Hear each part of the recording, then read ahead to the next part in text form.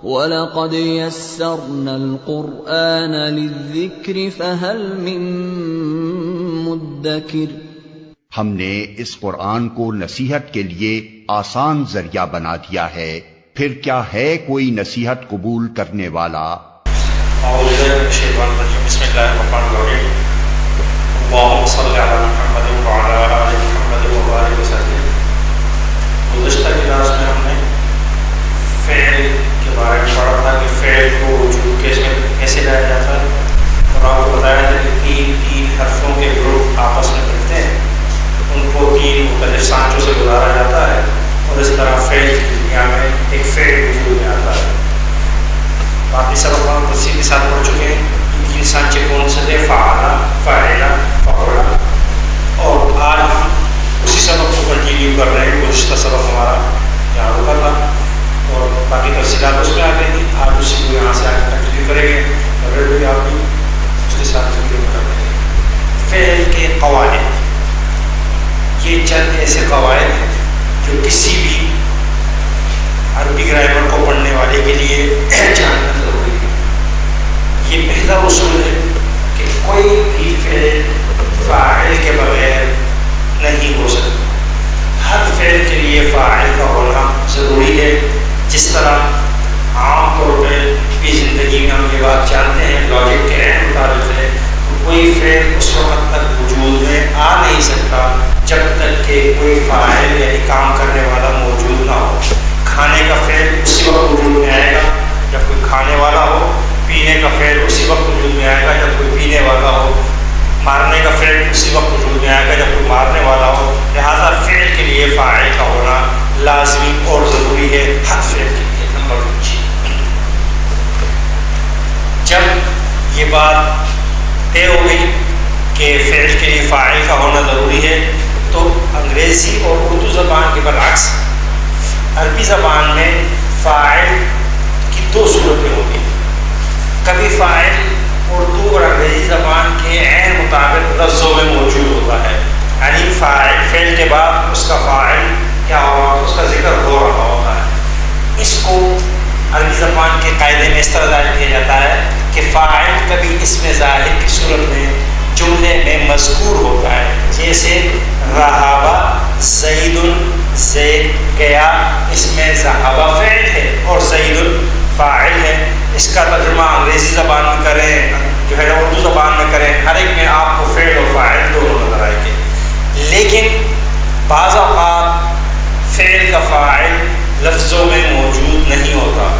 انگریزی اور اردو زبان میں اس صورتحال کے اندر اس فاعل کو ضمیر کے ساتھ ذکر کیا جاتا ہے۔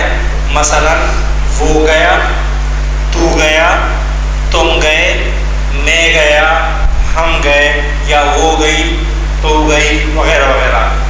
لیکن عربی زبان میں ایسا نہیں ہوتا۔ عربی زبان میں جب فاعل لفظوں کے اندر موجود نہیں ہوگا تو ایسی صورت میں صرف فعل کو ذکر کر دیا جائے گا اور اس کا فاعل اس کے اندر پوشیدہ تسلیم کیا جاتا ہے کہ یہ فعل ہے اور اس کا فاعل اس کے اندر پوشیدہ ہے، اس کا لفظوں میں تذکرہ نہیں ہوا کرتا۔ اس کو عربی زبان کے قواعد میں یوں بیان کیا جاتا ہے، جس طرح یہ پہلا قاعدہ آ گیا کہ فاعل کبھی اسم ظاہر کی صورت میں جملے کے اندر مذکور ہوتا ہے۔ نمبر 2، فاعل کبھی اسم ضمیر پروناؤن کی صورت میں فعل کے اندر پوشیدہ ہوتا ہے۔ مثلا جب ہم کہیں گے وہ گیا تو عربی زبان میں کہا جائے گا ذهب، اس کے اندر ہوا پوشیدہ ہے۔ جب ہم کہیں گے وہ سب گئے تو عربی زبان میں کہا جائے گا ذهبوا، اور اس کے اندر کیا ہے، ہم ضمیر پوشیدہ ہے۔ جب ہم کہتے ہیں تو گیا تو ہم کہیں گے ذهبت، اس کے اندر انت پوشیدہ ہے۔ اور جب ہم کہیں گے تم سب گئے، اس کے لیے عربی زبان میں فعل استعمال ہوگا، وہ ہوگا ذهبتم، جس کا مطلب ہوگا تم سب گئے۔ میں گیا فرسٹ پرسن کے لیے تو اس کے لیے استعمال ہوگا ذهبت، اس میں انا پوشیدہ ہے، اور ذهبنا میں نحن پوشیدہ ہوتا ہے۔ یہ دوسرا طریقہ ہے، یعنی جب فعل کا فاعل لفظوں میں موجود نہ ہو تو ایسی صورت میں صرف فعل کا صیغہ ذکر کر دیا جاتا ہے اور فاعل کو اس کے اندر پوشیدہ تسلیم کیا جاتا ہے۔ یہ عربی زبان کا اصول ہے، طریقہ کار ہے، دیگر زبانوں میں شاید ایسا نہیں ہوتا۔ اب یہ بات پہلے بھی گزر چکی ہے، دوبارہ آ رہی ہے کہ ہر فعل کے دو اجزاء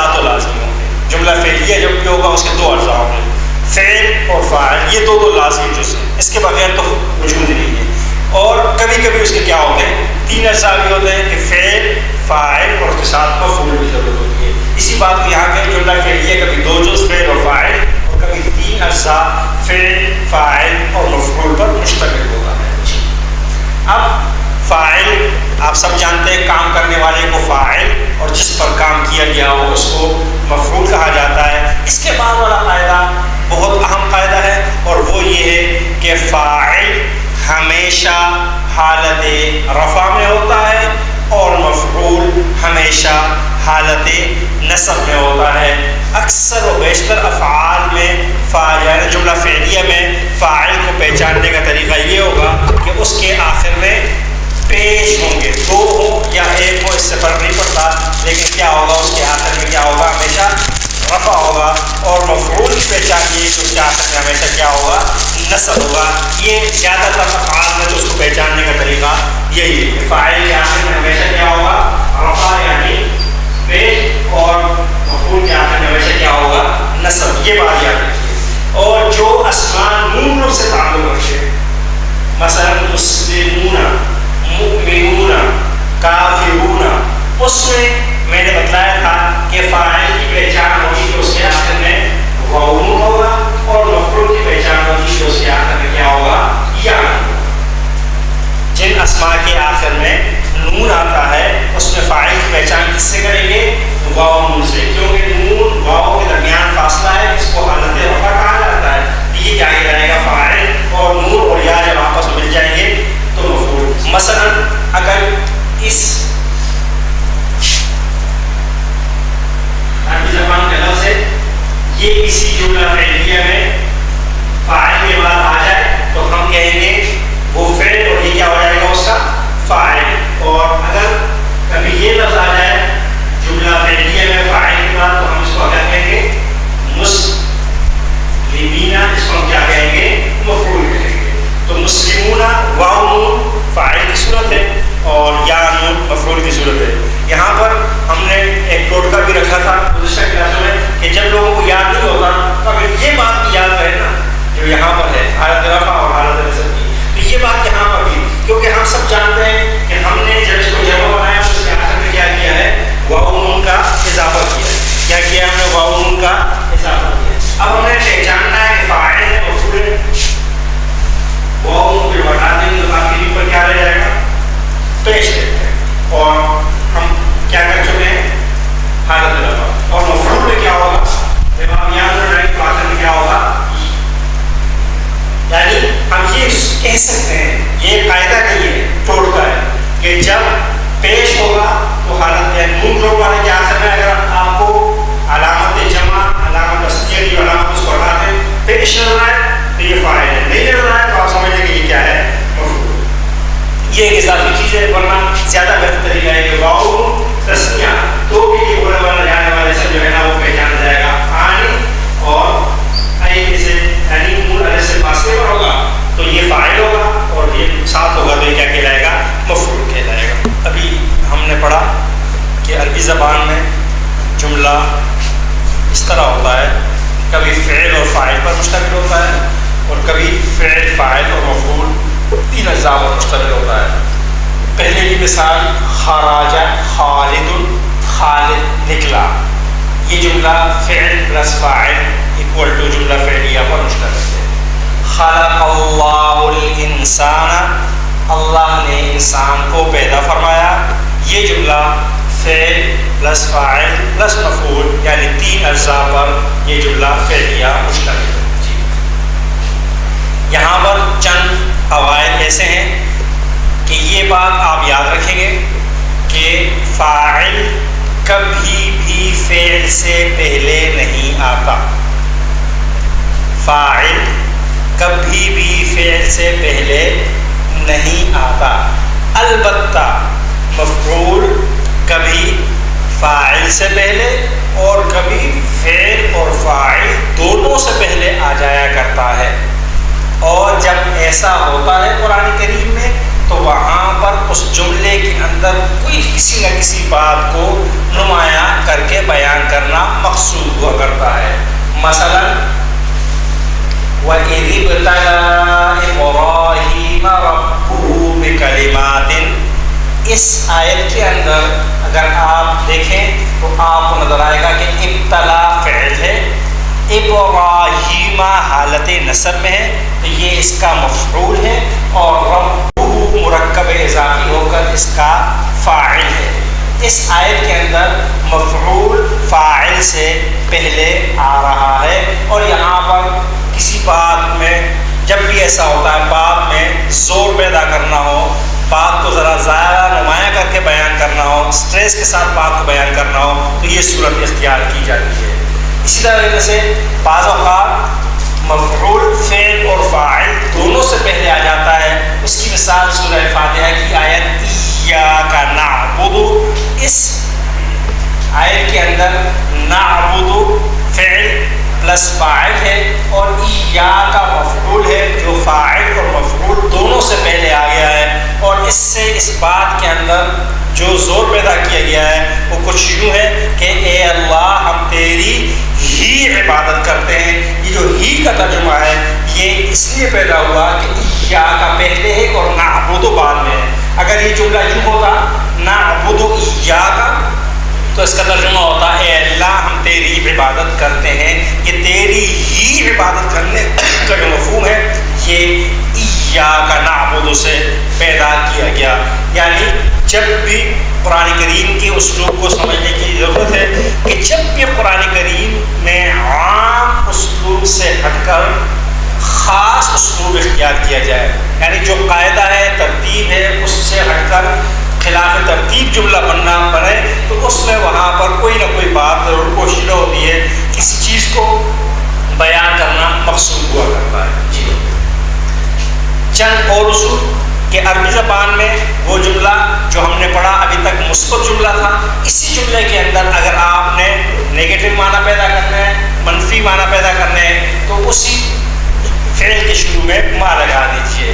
جیسے رہابا وہ گیا کے شروع میں ما لگا دیں گے تو یہ ہو جائے گا ما رہابا وہ نہیں گیا، ما رہابو وہ نہیں گئے، ما رہبتا تو نہیں گیا، اور ما رہبتم تم سب نہیں گئے۔ یعنی صرف ما لگا دینے سے وہ جملہ مثبت سے منفی ہو جایا کرتا ہے، اس میں نہیں جانے کے معنی پیدا ہو جاتے ہیں۔ جی عربی زبان میں نہیں کے لیے کئی الفاظ استعمال ہوتے ہیں، جس طرح ما ہے اسی طرح عربی زبان میں ایک اور حرف استعمال ہوتا ہے لا، یہ بھی اس کا معنی بھی نہیں ہوا کرتا ہے، لیکن دونوں کے استعمال میں فرق ہے، اور فرق یہ ہے کہ فعل ماضی سے پہلے لا نہیں لگایا جاتا۔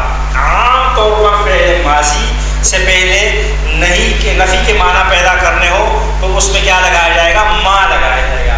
لیکن اگر کوئی فعل ایسا آ جائے کہ جس میں ایک ہی جگہ پر ڈبل تکرار ہو، یعنی دو مرتبہ کیا کیا جا رہا ہو، کسی چیز کو روکا جا رہا ہو، تو ایسی صورت میں پھر کیا کیا جاتا ہے؟ لا لگایا جاتا ہے۔ جیسے فلا صدق ولا صلى، یہاں پر ما کے بجائے کیا استعمال کیا گیا؟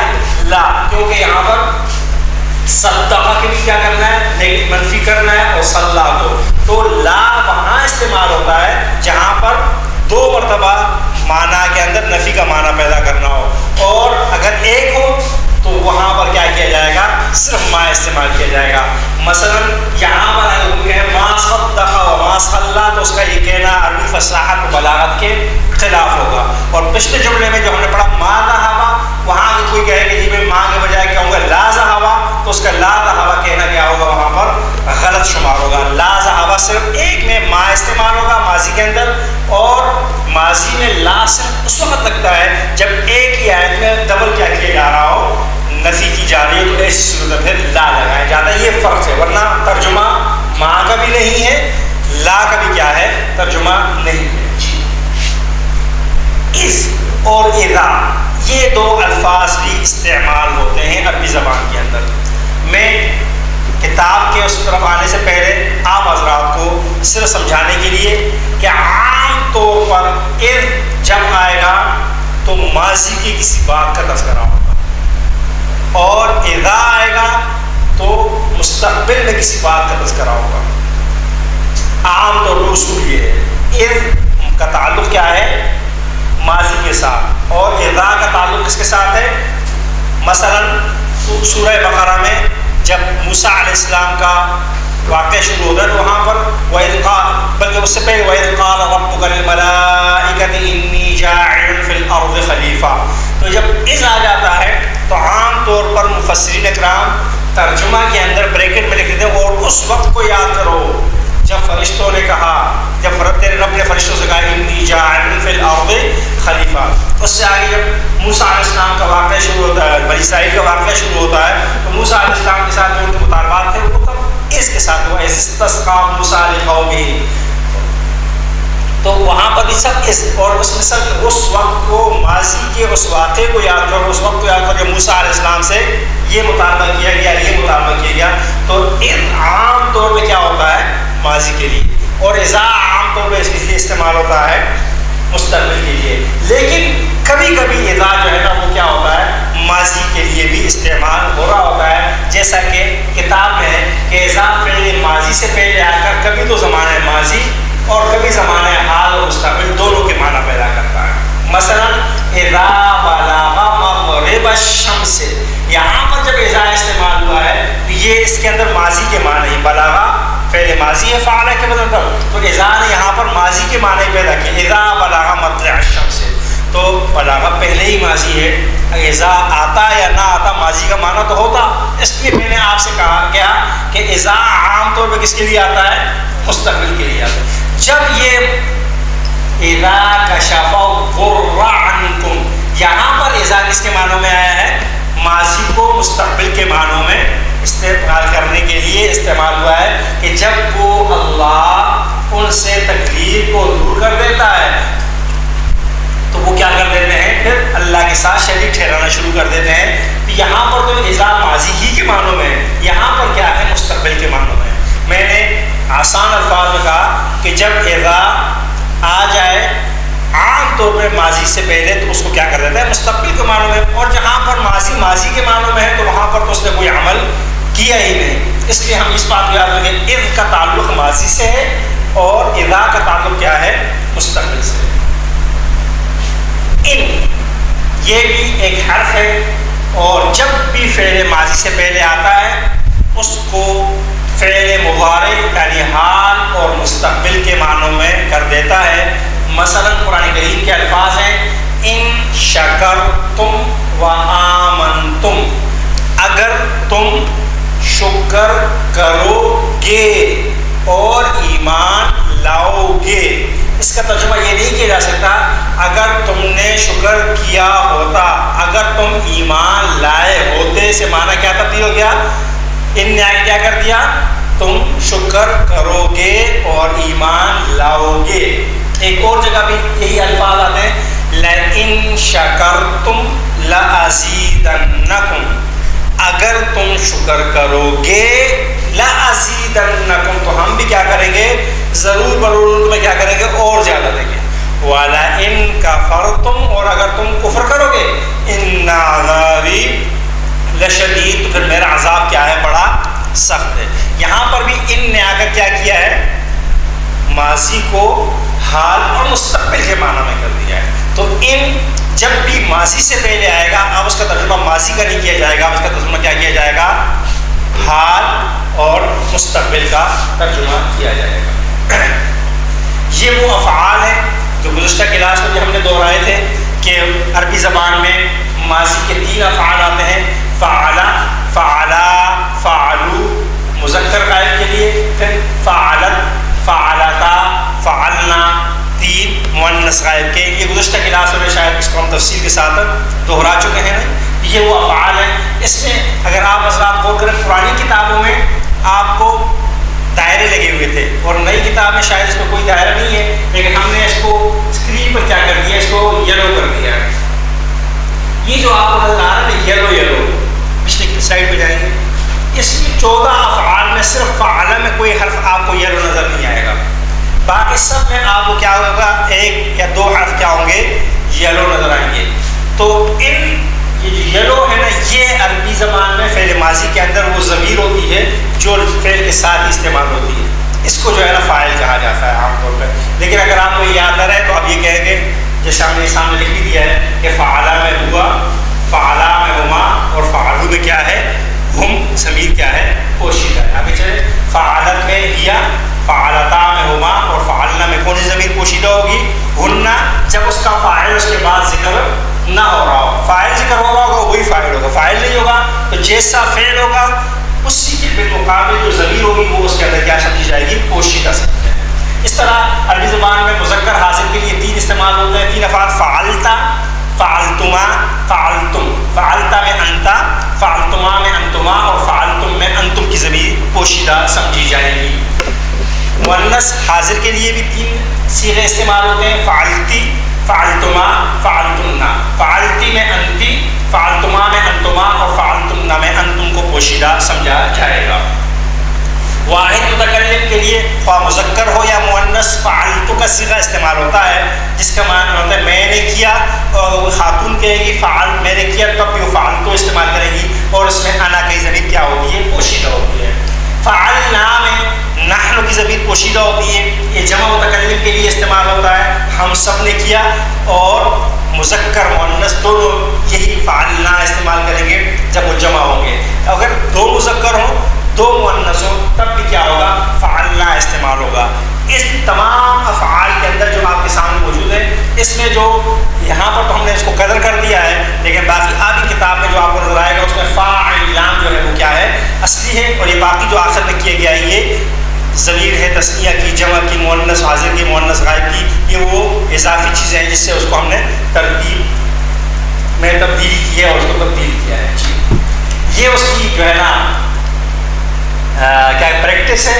یہ فعلا ہمارا اسٹینڈرڈ وزن ہے، اسی پر ذہبا، ذہبا، ذہبو، اور پھر اس طرح ذہبا، ذہبتا، ذہبنا، ذہبتا، ذہبتما، ذہبتم، ذہبتی، ذہبتما، ذہبتنا، ذہبتو، ذہبنا کے افعال ہیں. سمعا فعلا کے وزن پر، فاعلہ کے وزن پر ہے.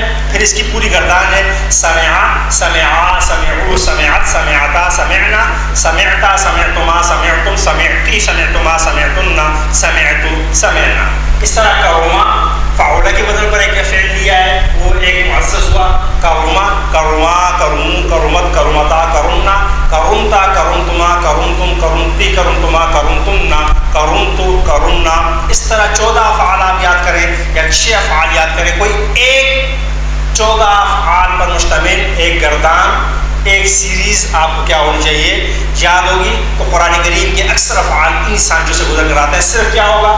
کبھی ہاں پہ زبر ہے، یہاں پر سیکنڈ لاسٹ آپ کو یہاں پہ زبر ہے، یہاں سیکنڈ لاسٹ کے نیچے زیر ہے، اور یہاں پر سیکنڈ لاسٹ کے اوپر کیا ہے؟ پیش ہے.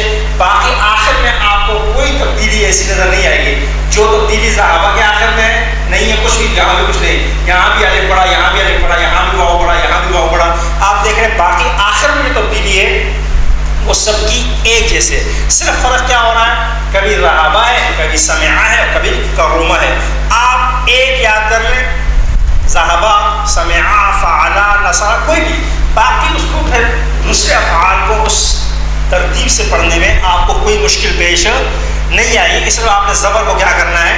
زیر میں تبدیل کرنا ہے. اور میں نے آپ کو بتلا دیا تھا شاید یا نہیں بتلایا کہ اگر خدا نہ خواستہ آپ کو یاد نہ رہے یا آپ کو یہ معلوم نہ ہو کہ صحابہ میں ہاں پر زبر پڑھنا ہے یا زیر پڑھنی ہے، اور آپ اس کو صحابہ کے بجائے صاحبہ پڑھ لیں، سمجھ آئی؟ اس کا کوئی زیادہ فرق نہیں پڑے گا، معنی میں کوئی فرق نہیں پڑے گا. البتہ صرف اتنا فرق ضرور پڑے گا کہ سامنے والا یہ سمجھ جائے گا کہ آپ کو عربی زبان سے صحیح واقفیت نہیں ہے. معنی میں کوئی تبدیل نہیں پڑے گا. میں اس کو اردو زبان میں مثال سمجھاتا ہوں کہ ہماری اردو زبان میں بھی کچھ افعال ہوتے ہیں جو زبر سے شروع ہوتے ہیں، جیسے کرنا، پڑھنا. کچھ ایسے ہوتے ہیں جو زیر سے شروع ہوتے ہیں، پینا. اس طرح کچھ ایسے ہوتے ہیں جو پیش سے شروع ہوتے ہیں، سننا وغیرہ. اب اگر کوئی شخص سننا کے بجائے آپ سے کہے کہ میں سن رہا ہوں یا میں سن رہا ہوں، تو تب بھی سامنے والا سمجھ جاتا ہے کہ یہ بات کیا کہنا چاہ رہا ہے. لیکن اتنی بات بھی سمجھ جاتا ہے کہ اس کو معلوم نہیں ہے کہ یہ سن ہے، نہ سن ہے اور نہ سن ہے. جس طرح کوئی دروازہ بجائے اور آپ دروازے پہ جائیں اور پوچھیں کون، اور وہ آگے سے آپ سے کہیں دروازہ کھولے، تو آپ کیا کہنا چاہ رہا ہے، اس کا کیا مقصد ہے.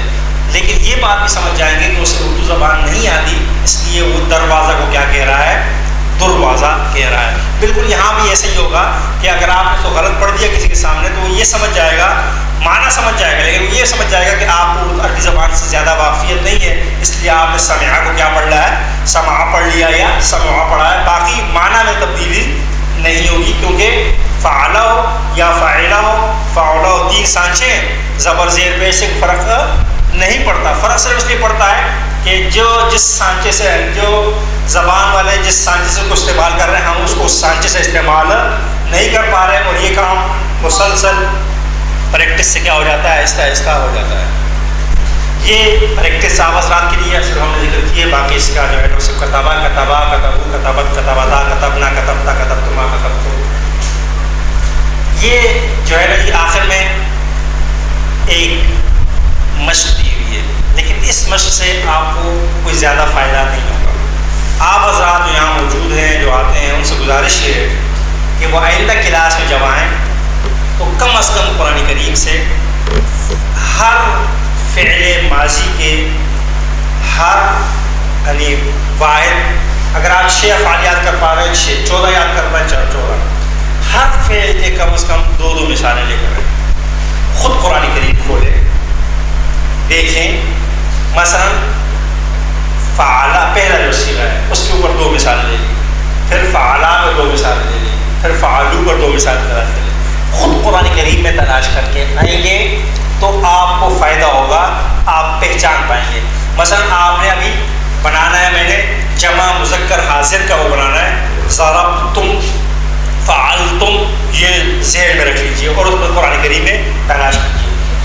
ابھی آپ کو ایسا بھی لگے گا، بعض اوقات آپ 3 صفحات پلٹیں گے اور آپ کو نظر نہیں آئے گا. ابھی ایسا ہوگا آغاز میں، کیونکہ جب انسان آغاز میں ہوتا ہے، لیکن اس کے بعد ایک وقت آئے گا کہ آپ کو ایک صفحے پر 10 افعال بھی پہچاننے کو ملیں گے. وہ اس لیے کہ ابھی آپ پہچان کی پہلی بار ہے، جب آپ کی پریکٹس مسلسل ہو جائے گی تو ہاں. لیکن جب تک آپ قرآن کریم میں خود افعال کو نہیں نکالیں گے، اس کو نہیں پہچانیں گے، سیریز یاد کرنا آسان ہوتی ہے. مثلا آپ بچے سے کہیں نا جو کہ 1 2 3 یا 1 2 3 سنا تو سنا دے گا، سمجھ آئی، اور اسے یا ٹیبل جو کہتے ہیں 2 ٹیبل سناؤ تو سنا دے گا.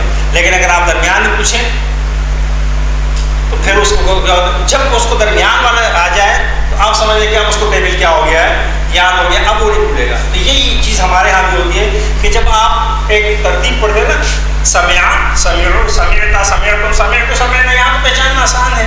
لیکن جب وہ لفظ وہاں قرآن کریم میں آپ نہیں جب آئے گا تو وہاں تو سنگل آئے گا، یا سمعتو آئے گا، یا سمعنا آئے گا، یا سمعتا آئے گا. وہاں پر جب آپ نے پہچان لیا تو یہ آپ کی اصل پہچان ہوگی اور یہی آپ کے کام آئے گی. میں اپنی بات سمجھا پایا ہوں جی محترم؟ یہ کام لازم کر رہا ہے. اس سے آپ کا یہ ابھی ہم اس سے شروع کر رہے ہیں کہ اس سے پہلے ہم نے یہ ابھی انشاءاللہ اگلی کے جو ہمارا اگلا سبق ہے اس میں ہم فاعل اور مفعول کی ایک بہت بڑی تعداد ہمارے سامنے آ جائے گی. پھر انشاءاللہ ہم آپ کو یہ کام کہیں گے کہ آپ فاعل اور مفعول کو قرآن کریم میں تلاش کریں. جی محترم سوال ہے آپ کا؟ جی نہیں، ہاں یہ ہم نے بنایا ہے، یہ ہم نے حل کیا، اس میں تو صرف وہ دیا ہوا ہے، یہ اوپر والا دیا ہوگا. ہاں تو اس کو آپ تھوڑا سا جو ہے نا گھر جا کے کریں گے، یہ کوئی مشکل کام نہیں ہے. زوالہ گزارا خلقہ بنا دیں گے، یہ آسان ہے. میں جو کام کہہ رہا ہوں اس کو کر لیجیے تو وہ آپ کو انشاءاللہ آسان ملے گی. آپ جو ہے نا یہاں قرآن کریم کا کوئی ہے ہمارے پاس ٹیکسٹ موجود ہے، جی آپ وہ لکھوا دیں.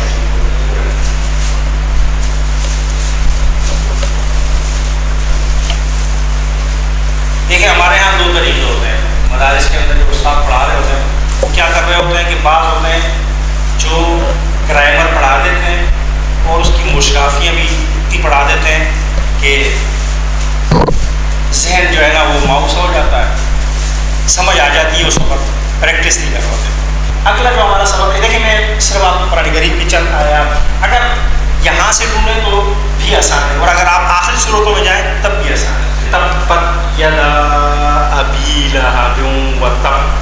اپنے سامنے کتاب کھولیے جو آپ کی جو گردان جس پہ ہے نا اس میں دیکھیے کہ اس میں ایک فعل ہے واحد مؤنث غائب کا. کون سا ہے آپ نے تلاش کرنا ہے. تبت یدا ابی لہب و تب میں واحد مؤنث غائب کا ایک فعل ہے. کون سا جی؟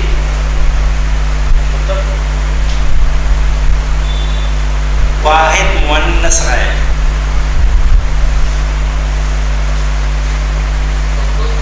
تبت پہلا کیا ہے؟ وہ کیا ہے؟ واحد مؤنث غائب. دیکھیں فعلت، سمعت، کرمت، جلست، جتنے بھی افعال ہیں اسی طرح آئے گا. اور یہاں پر کیا ہے؟ تبت. کیا آیا ہوا ہے؟ تبت. اس کے بعد دوسرا جو افعال ہے نا وہ ایک فعل اور بھی ہے اس کے اندر جو آپ نے بتایا. کیا بتایا کہ آپ نے؟ وہ تبت. اچھا میں یہاں پر اس لیے کہ یہ جو ہے نا با کے اوپر تشدید ہے، تشدید والا حرف کیا کیا جاتا ہے؟ 2 دفعہ پڑھا جاتا ہے. اس میں کیا پڑھا جائے گا؟ وہ تب و تبابا پڑھا جائے گا نا. تو یہ بھی کیا ہے؟ ایک فعل. یہ بھی کیا ہے؟ ایک فعل واحد مذکر جو ہے نا مذکر غائب. یہ 2 افعال ہیں تبت و تب. تب میں بھی آپ کو سمجھنے اس لیے مشکل ہوگا کہ اس میں جو ہے وہ آگے یہ انشاءاللہ آگے آئے گا. آگے چلیں اگلے اس کے اندر بھی جو ہے نا جو ہم نے پڑھا ہے جتنا اس حساب سے ایک فعل موجود ہے. ما اغنا عنہ مالہ. کون سے؟ کسبا. فعل کے وزن پہ کیا ہے؟ کسبا. یہ کیا ہے؟ دوسرا فعل. سیصلی نارا ذات لہب میں بھی فعل ہے لیکن ابھی ہم نے اس کو نہیں پڑھا. وامرأۃ حمالۃ الحطب میں بھی اس میں نہیں ہے. فی جیدہا حبل من مسد اس میں بھی کوئی فعل نہیں ہے. آگے چلیں. اذا جاء نصر اللہ والفتح. اس میں بھی ایک فعل ہے. ابھی ہم نے پڑھا نہیں ہے لیکن آپ دیکھ سکتے ہیں. اذا جاء نصر اللہ والفتح. دیکھیں فعلا فعلا فعلا کے مطلب کیا ہوگا؟ وہ کیا ہوگا؟ فعل ہوگا. لیکن اذا غور کریں اذا حرف ہے ہم نے پڑھا. ٹھیک ہے. نصر اللہ دونوں اسم میں بھی مرکب اضافی دونوں کیا ہو گئے؟ اسم ہو گئے. الفتح کیا ہے؟ اسم ہی ہے. واو حرف ہے اور الفتح کیا ہے؟ الف لام کی وجہ سے اسم ہے. باقی کیا رہے گا؟ جا رہے گا. جا کیا ہو جائے گا؟ فعل ہو جائے گا. باقی سب تو کیا ہے؟ اسماء ہے نا. اور وہ کیا ہے؟ ایک رہ گیا. وہ کیا ہو جائے گا؟ فعل. آگے چلیں. وَرَأَيْتَ النَّاسَ يَدْخُلُونَ فِي دِينِ اللَّهِ أَفْوَاجًا. اس میں 2 افعال ہیں. ہم نے ایک پڑھا ہے اس میں سے. اس کو تلاش کریں. وَرَأَيْتَ النَّاسَ گردان کریں. اگر آپ کو گردان یاد ہوگی تو آپ کو دیکھیں سمع سمعوا سمعت سمعتم. تو سمعتا کے وزن میں کوئی چیز ہے یا نہیں ہے؟ رأیت سمعت رأیت فعلت رأیت جعلت. تو سمعت کے وزن پہ واحد مذکر حاضر کے لیے استعمال ہونے والا فعل ہے. یدخلون بھی فعل ہے لیکن ابھی اس کو ہم نے نہیں پڑھا. اس کو آگے پڑھیں گے. فسبح بھی فعل ہے. یہ فعل امر ہے. اس کا آگے ذکر آئے گا. جب یہ آئے گا تو پھر آپ کو یعنی جب ہم آگے جائیں گے جیسے جیسے آگے چلتے جائیں گے تو افعال کی پہچان بھی کیونکہ ابھی یہ آپ نے نہیں پڑھا. یہ جو حال مستقبل کا ہے یہ فعل امر ہے. واستغفر فعل امر ہے. یہ ہم انشاءاللہ آگے پہچانیں گے تو اس وقت ہم اس کو کیا کریں گے؟